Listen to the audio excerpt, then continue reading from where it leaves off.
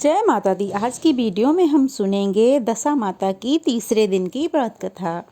चलिए कथा शुरू करते हैं। एक सास और बहू थीं।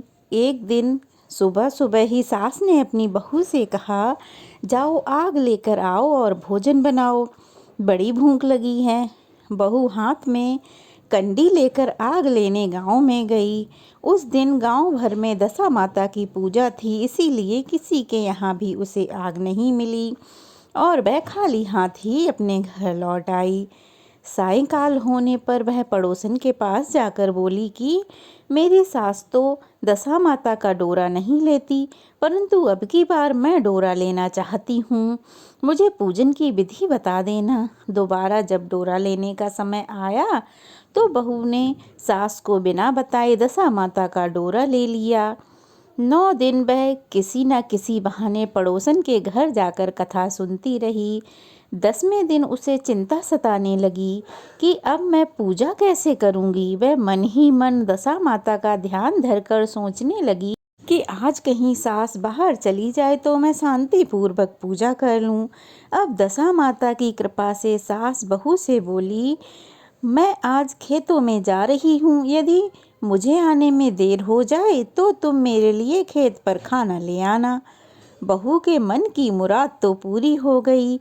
वह तो यही चाहती थी। उसने सास से कहा कि आप निश्चिंत होकर जाइए माँ जी, घर का सारा काम मैं निपटा लूँगी।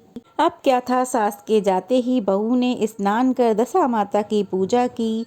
इसके बाद वह पूजा की सामग्री मिट्टी के गोले में रखकर उसे सिलाने के लिए ले जाने लगी कि उसकी सास खेत से वापस आ गई। सास को देखकर बहू ने जल्दी से उस गोले को मटकी में छिपा दिया। उसने सोचा कि उचित समय आने पर गोले को दही से निकालकर विसर्जित कराऊंगी।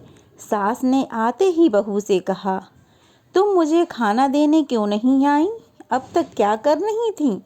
बहू ने कहा कि आज मैंने सर के बाल धोए थे, उनके सूखने में देर लग गई, इस कारण भोजन बनाने में देर हो गई। मैं थाली लगाती हूँ, आप आओ और खाना खा लो। अब क्या था, बहू के ऐसा कहते ही सास का गुस्सा कुछ ठंडा हुआ। वह हाथ पैर धोकर चौके में बैठ गई थी कि उसका बेटा भी आ गया। वह भी माता के साथ भोजन करने बैठ गया।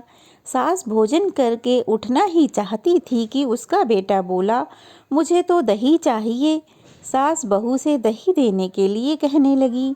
बहू बोली, मैं तो रसोई में हूँ, आप ही इन्हें दही दे दीजिए। सास हाथ धोकर दही देने लगी, परंतु जैसे ही उसने छाछ की मटकी उठाई तो उसमें कुछ खड़खड़ाने की आवाज़ आई। उसने हाथ डालकर देखा तो उसे एक बड़ा सोने का गोला मिला।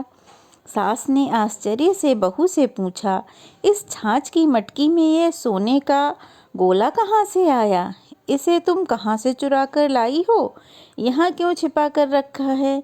मैं समझ गई, इसी वजह से आज तुम छाछ देने नहीं उठी। इसका भेद बताओ।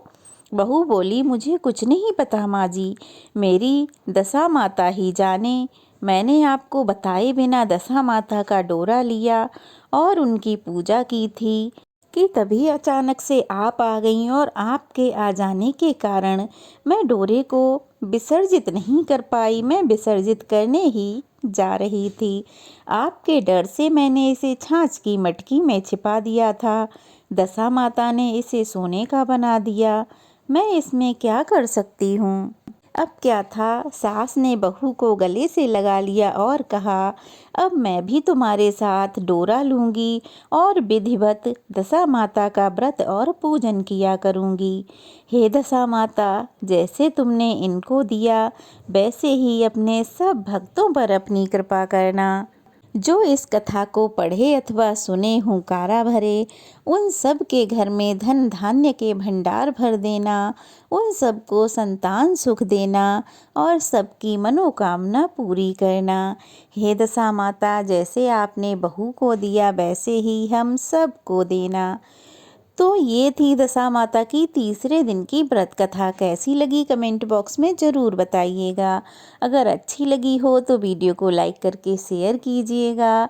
ढेर सारे अच्छे अच्छे कमेंट्स कीजिएगा और अगर नए हैं तो प्लीज़ चैनल को सब्सक्राइब ज़रूर कीजिएगा।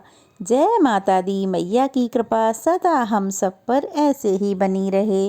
सबके घर में सुख शांति रहे। सबकी संतान की आयु लंबी हो।